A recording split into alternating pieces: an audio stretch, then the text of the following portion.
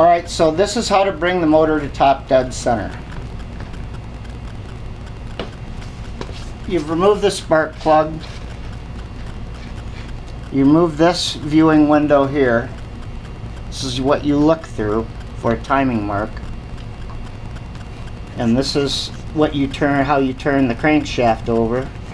Since there's no kickstart on this, you'll be able to turn the crankshaft. Set those aside. Get yourself a 14mm socket, a deep socket, and that's going to fit right on the end of the crankshaft in here, okay? That'll give you the ability to rotate it. And you're going to rotate it counterclockwise. Alright, so what you're going to do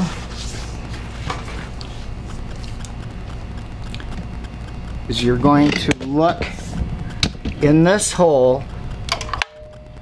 Look in this hole, and you're going to rotate this generator ring with until you see a series of marks.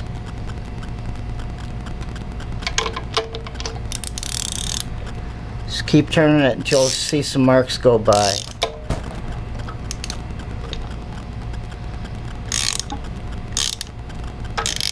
I think they went by really fast and we didn't see them.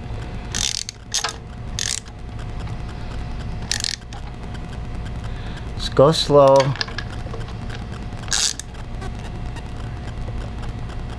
Okay, I think they just went by on it. Crank it backward just a little bit. There. Alright.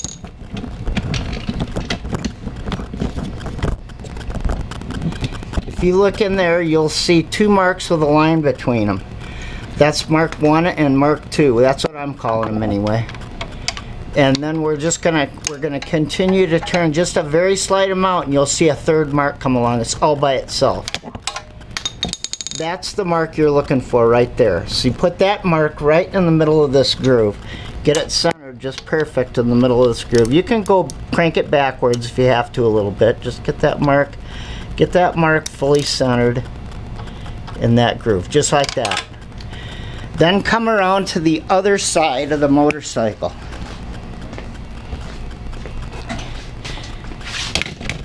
And look at this side over here, and you'll see, get a little flashlight,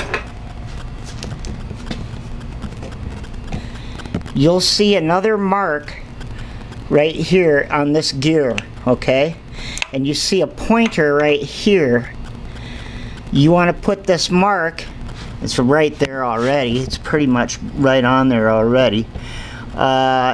You want to line that mark up with that pointer.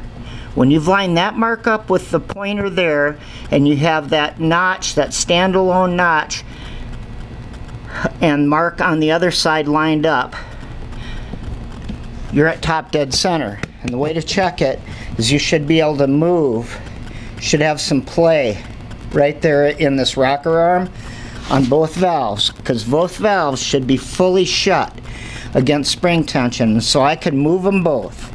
That means that the valves are closed and you're ready to check your valve clearance.